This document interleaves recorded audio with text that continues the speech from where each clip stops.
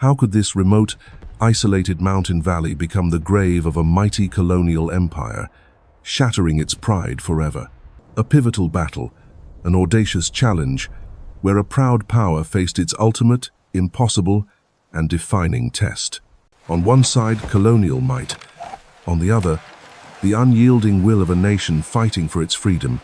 For 56 days, an entire garrison was trapped, encircled by an unseen, determined, and relentless enemy force. Nestled deep within the mountains of northern Vietnam lies the unassuming yet strategically vital valley of Dien Bien Phu. To the French High Command, this was a strategic outpost, a lure to draw their elusive enemy into battle.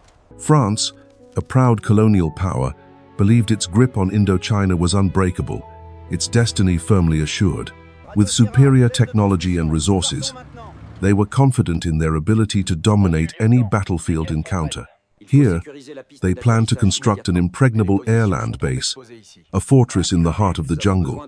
They envisioned a decisive victory, a final blow to extinguish the embers of Vietnamese rebellion forever.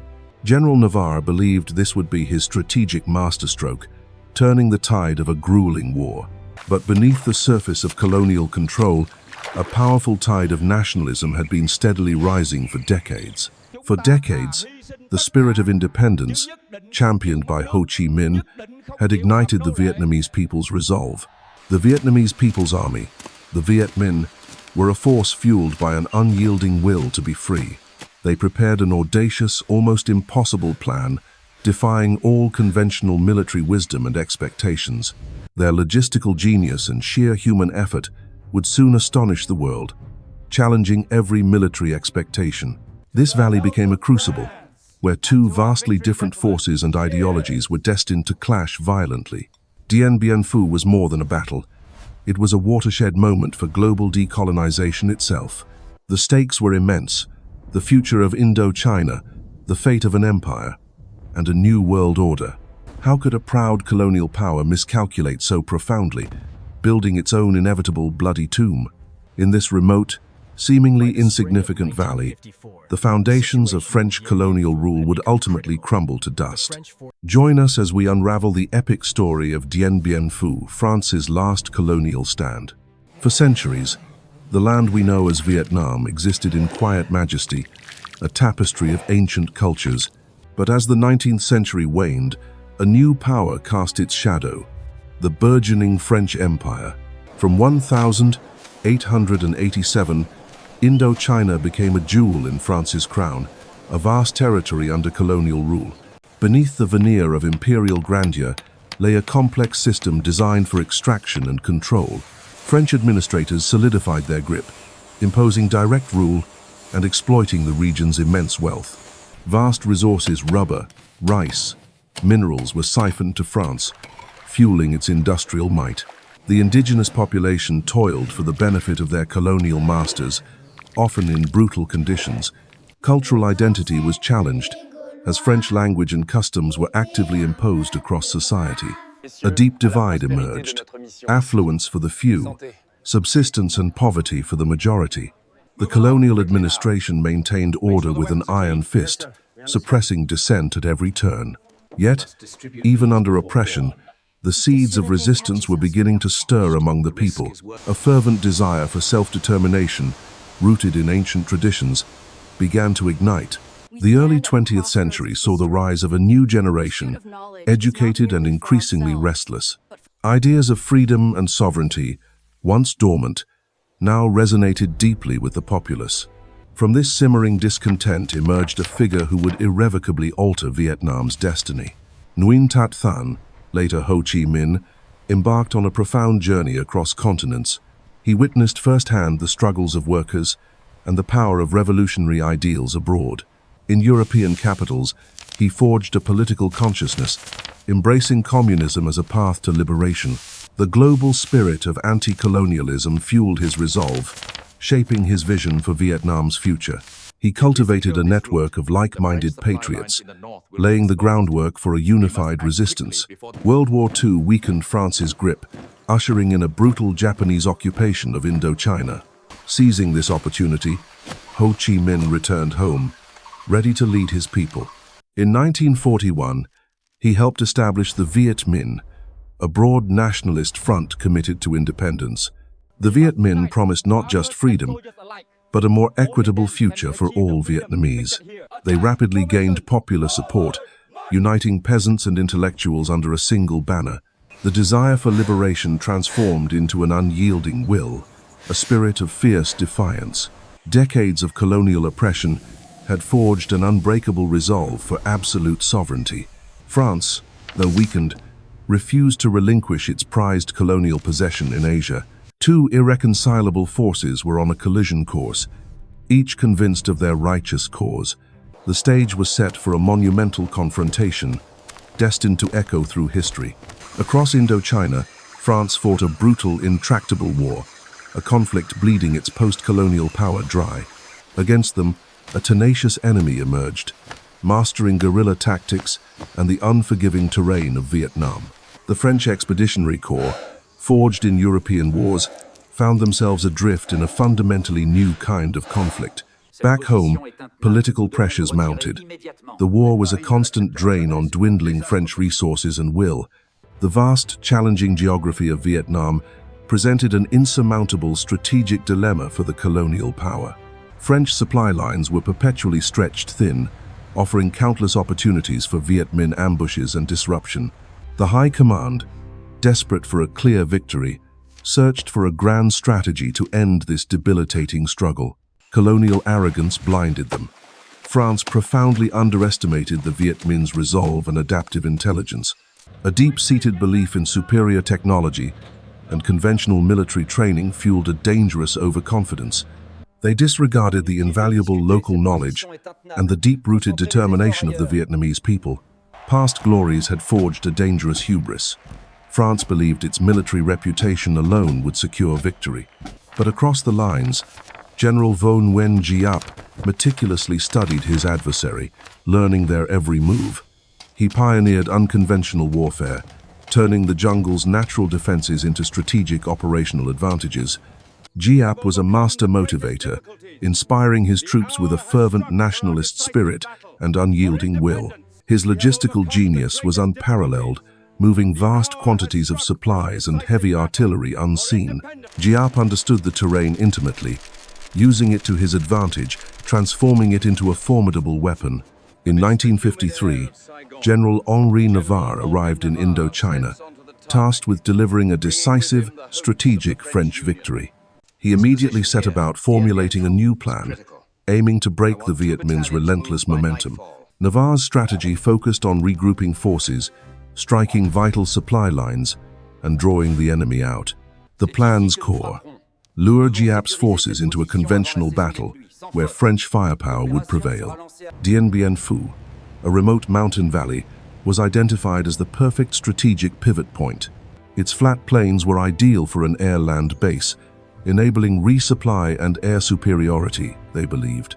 French engineers and elite paratroopers descended, swiftly establishing the outpost. Operation Castor was underway. Massive fortifications rose from the valley floor, transforming the area into an apparent impregnable fortress. Commanders were confident. Their superior artillery and air power would make Dien Bien Phu a death trap for Giap. They expected the Viet Minh to crash against their defenses, suffering catastrophic losses in open combat. The world watched, convinced of French military might. Victory seemed assured, the colonial power triumphant. Yet, Giap watched, patiently. He recognized the French intent and began crafting a devastating counterplan. Viet Minh artillery, disassembled and concealed, was painstakingly dragged up the surrounding hillsides. The French, digging in, believed they were building a bastion. Instead, they unknowingly sealed their own fate. The French believed Dien Bien Phu impregnable, a remote valley impossible to resupply or besiege effectively by jungle forces. But General Giap, architect of revolution, conceived a strategy of monumental scale, an audacious and impossible siege. The initial lightning strike plan evolved. Now, a slow, grinding war of attrition would begin. Deep within the unforgiving jungle, a colossal effort was underway. Secrecy was paramount. Piece by painstaking piece, heavy field artillery cannons weighing tons were dismembered and prepared for transit. Human ingenuity and raw will supplanted machinery. Thousands became the engine of this war machine. Through towering mountains, over perilous ridges and valleys, they moved, an unseen river of supplies. Monsoon rains transformed paths into quagmires, adding to the torment. Every step was a battle. Simple tools, complex solutions, bridges of bamboo, roads hacked from rock, defied the impossible. Each man, woman, and child understood their role. Every calorie of effort fueled the coming storm. High above, French reconnaissance spotted nothing amiss. The jungle held its secrets perfectly. Unseen by the French, a deadly iron ring was closing around the valley, tightening day by day. Giap's strategic genius was in full effect, orchestrating the slow, methodical strangulation of the garrison. Then began the earthworks. Hundreds of miles of trenches, an underground network of death, unseen. Thousands dug tirelessly, transforming the landscape. The scale was unprecedented, the effort superhuman. No heavy machinery, only relentless human labor. Each scoop of earth brought them closer. A deadly embrace formed, a spiderweb of earthworks, designed to constrict, isolate, and then destroy. Under the cloak of darkness, the Viet Minh advanced inch by painstaking inch, undetected by their enemy. These trenches weren't just for movement, they were fortified positions, artillery shelters, and attack routes. Giap abandoned his fast fight, fast win gamble. The cost in lives was too high, the risk too great. His new mantra, slow fight, slow win. A protracted siege, maximizing artillery, minimizing Viet Minh casualties. This patient strategy would allow artillery to be brought into position and consolidated, ensuring overwhelming firepower. The heavy guns, once hidden deep within the jungle, were now meticulously positioned, their muzzles aimed.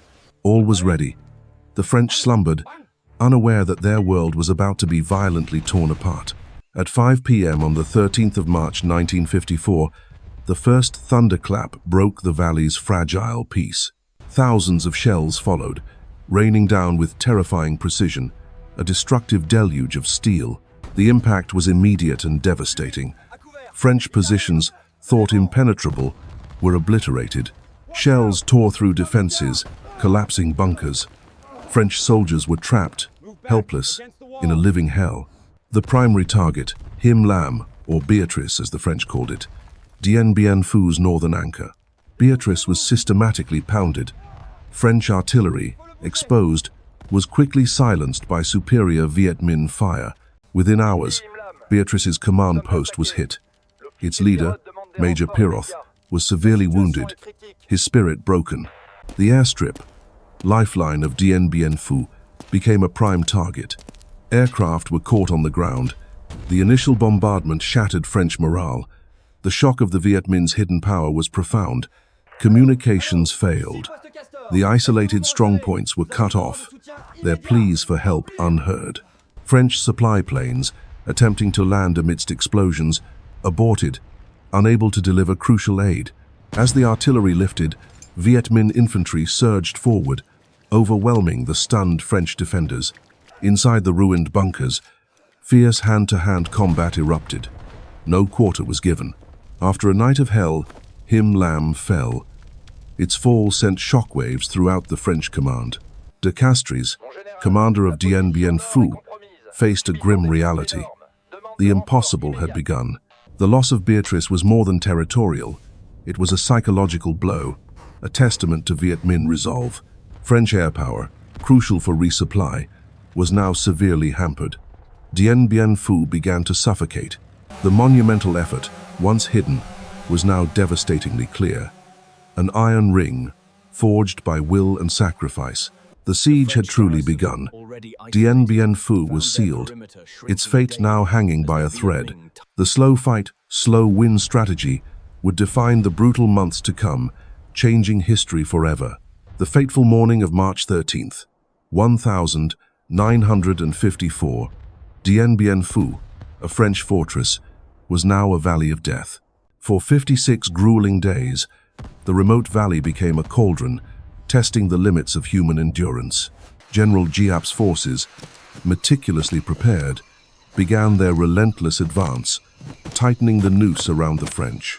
Deep within the valley, French garrisons felt the tightening grip of an overwhelming, unseen enemy. What began as a strategic gamble quickly descended into a brutal, claustrophobic theater of war.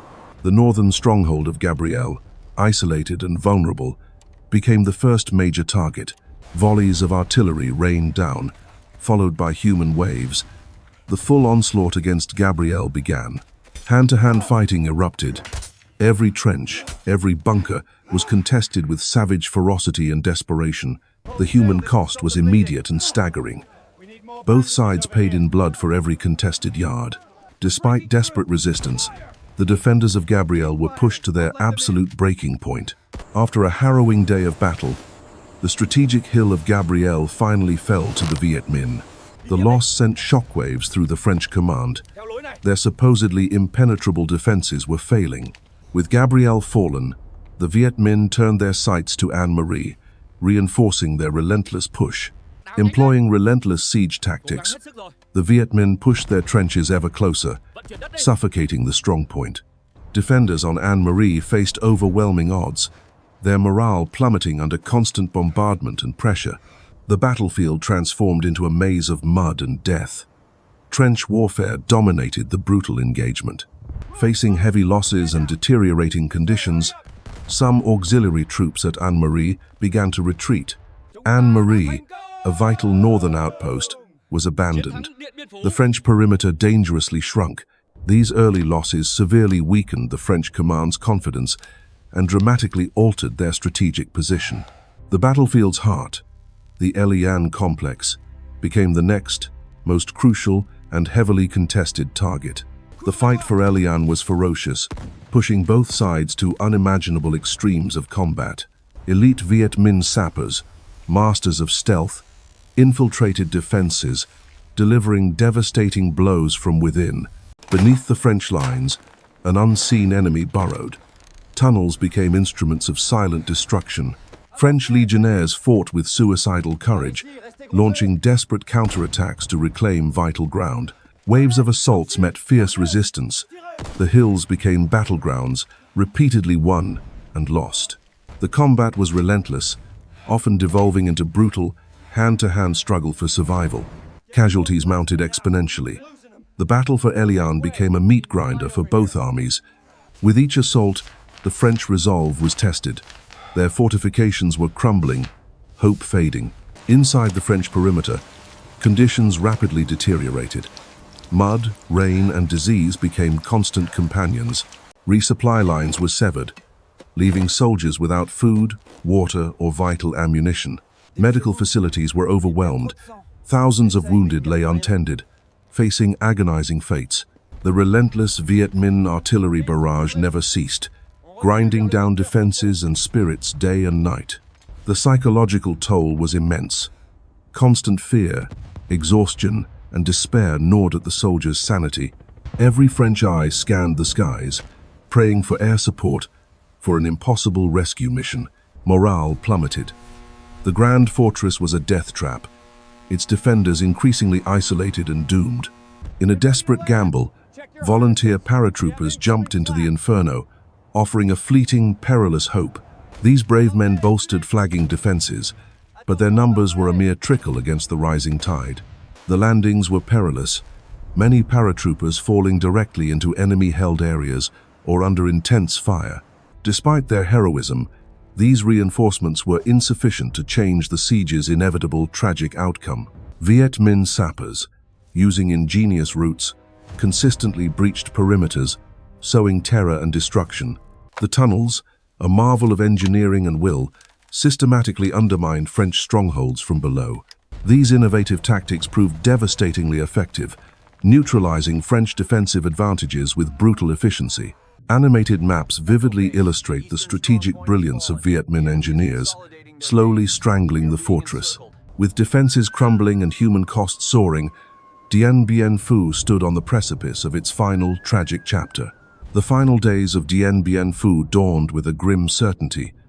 The French perimeter shrunk, the noose tightened. Exhaustion was rampant, fear palpable. French resolve, once ironclad, began to buckle under relentless pressure. The Viet Minh, masters of siege warfare, relentlessly dug forward. Their lines crept closer, tightening the chokehold. Inside the central command post, General de Castries faced an agonizing reality. Hope was dwindling with each passing hour. April 30th marked the beginning of the end. The Viet Minh unleashed their ultimate, furious offensive against the defenders. Trenches became killing zones. Hand-to-hand combat raged with savage intensity, a brutal dance of survival. French artillery, once their proud advantage, was now largely silenced. Ammunition dwindled, defenses crumbled under siege. Wave after wave of Viet Minh soldiers surged forward, fueled by a singular, unyielding determination to seize victory. Reinforcements, bravely parachuting into the cauldron, could only delay the inevitable. Their sacrifice was immense. One by one, the outer strongpoints fell. The French perimeter shrank to a desperate, congested last stand. Communication lines fractured, orders lost in the chaos. The French command struggled to maintain any cohesion. Morale plummeted as the scale of the disaster became undeniable. Despair settled over the remaining defenders. The underground hospitals overflowed, a testament to the brutal cost. Doctors fought a losing battle against injury and infection. The once formidable French camp was now a scarred, ravaged landscape. Its defenses were crumbling under constant assault. Meanwhile, the Viet Minh supply lines, fueled by immense human will, continuously fed their advance, astonishing their foes. General de Castries witnessed his fortress slowly suffocating. The noose tightened, leaving no escape for the defenders. On May 6th, the final, decisive assault began. Target: Elian II, the heart of the remaining French defenses. Tremendous explosions rocked the valley. French strongpoints, once thought impregnable, were systematically breached by explosives. Through the breaches poured determined Viet Minh assault teams. The struggle for the underground began in earnest. French defenders fought with desperate courage, battling in claustrophobic tunnels. Every inch was contested savagely. On tactical maps, the red lines representing French positions dwindled. The green tide of the Viet Minh engulfed all. French armor, once a symbol of colonial power, now stood as burning hulks, silent witnesses to inevitable defeat. As dawn broke on May 7th, thousands of Viet Minh converged. Their final objective, the central French command post. Viet Minh commanders meticulously orchestrated their final assault. Their target was General de Castries' deeply entrenched bunker. Inside the bunkers, French soldiers waited, listening to the cacophony of war.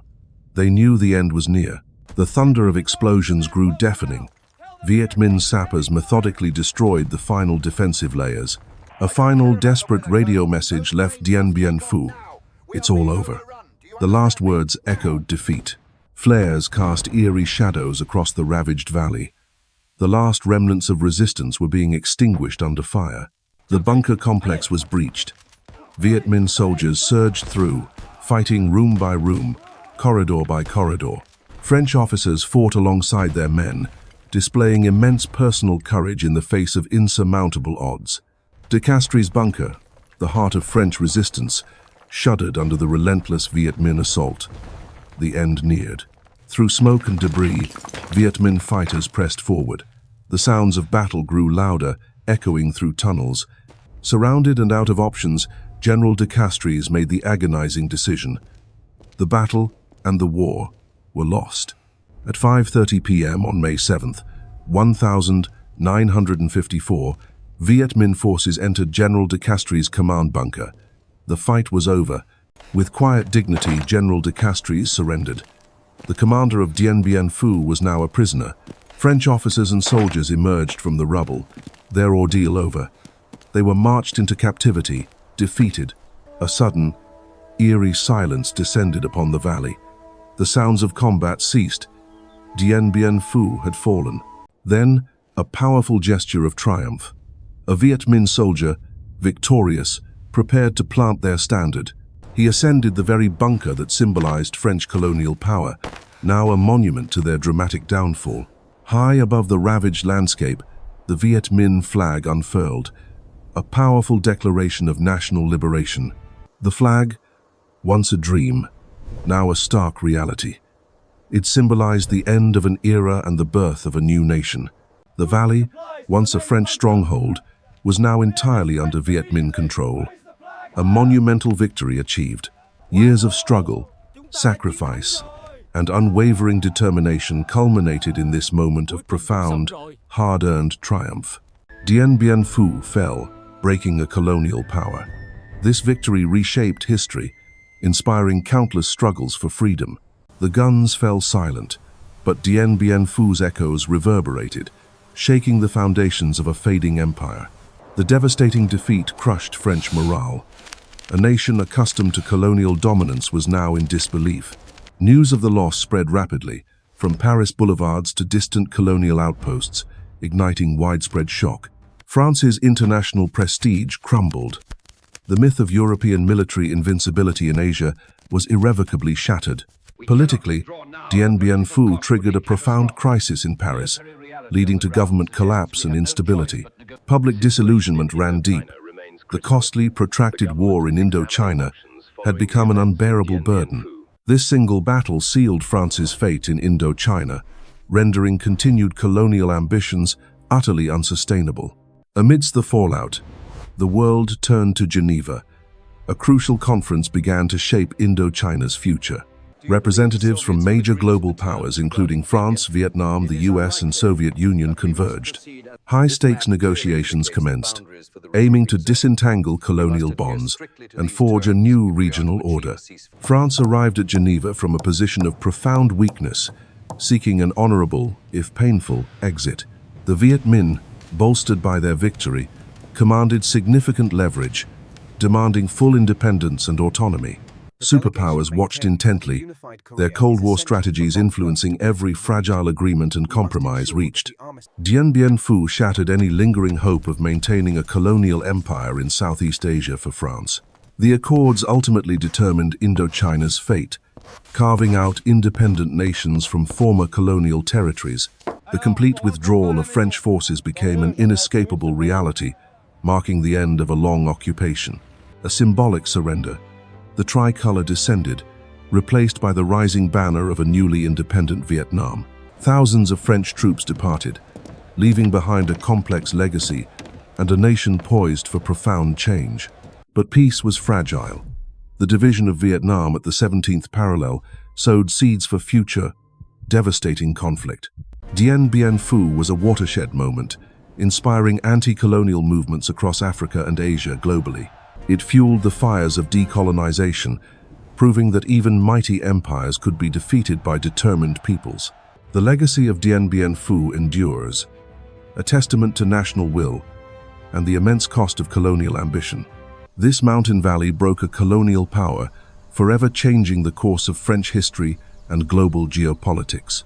Dien Bien Phu shattered an empire. Its fall sent shockwaves, signaling the inevitable collapse of colonial dominion worldwide. Yet, a new, more insidious struggle emerged. The Cold War chessboard rapidly expanded across the fractured globe. France's humiliation in Indochina created an undeniable power vacuum, attracting watchful eyes from afar. The jungle's silence after battle spoke volumes. A colonial era was ending, but peace remained elusive. The French withdrawal left a political void, creating fertile ground for external forces to exert their influence. Into this uncertain landscape stepped a new titan. The United States, fresh from global war, sought dominance. The Geneva Accords, convened in 1954, were meant to resolve Vietnam's fate after the French defeat. The solution: a temporary division along the 17th parallel, north and south, pending future unification elections. Families were torn apart, communities split. This temporary boundary would harden, fueled by ideological conflict. Washington watched, fearing communism's spread. The domino theory was firmly entrenched in American foreign policy. The power vacuum left by France became a critical strategic battleground in the global Cold War. As French influence dwindled, two ideological giants vied for control, their shadows looming large. The temporary division of Vietnam was exploited, transforming a post-colonial struggle into a proxy war. The United States swiftly moved to support the nascent South Vietnamese government, fearing a communist takeover. With significant aid and personnel, America rapidly filled the void, becoming the dominant Western force. This early engagement marked the genesis of deeper American involvement, a commitment that would soon escalate dramatically. The seeds of conflict were sown. What began as advising soon became active participation in a brewing war. Dien Bien Phu's outcome and the Geneva Accords inexorably set the stage for direct American intervention. This trajectory, from French defeat to American patronage, culminated in the devastating Second Indochina War. The conflict, known to the West as the Vietnam War, would define a generation and reshape global politics. Dien Bien Phu's legacy was profound. It directly linked a remote mountain valley to the larger Cold War narrative. The fall of a French bastion echoed globally, a stark symbol of decolonization and ideological struggle. Its long-lasting impact reshaped superpower foreign policy and fundamentally altered the 20th century geopolitical landscape. Dien Bien Phu's legacy endures, a profound echo from a mountain valley battle that defied all odds. It was a testament to strategic brilliance, outmaneuvering a technologically superior colonial power with audacious tactics, and the indomitable spirit of ordinary people who endured unimaginable hardship for their homeland's freedom. A vivid demonstration of a people's power, fighting relentlessly for their cherished national independence and dignity. Dien Bien Phu became a towering symbol, reverberating across subjugated nations, inspiring liberation movements globally. Igniting the fires of anti-colonial struggle, it heralded a new era of national self-determination and sovereignty. Its lessons for military strategy remain invaluable, teaching adaptation, innovation, and asymmetric warfare against formidable foes. Innovation and unwavering resolve often prove superior to sheer firepower and established, rigid military doctrine. Profoundly impacting international relations, it reshaped global power dynamics and hastened the end of colonial empires. The French defeat signaled the definitive, irreversible end of a long, brutal colonial era worldwide. From the ashes of empire, a new world order slowly but surely began to emerge for millions. For more epic historical insights and in-depth analysis, subscribe now and join our growing community. Dive deeper into humanity's most pivotal moments.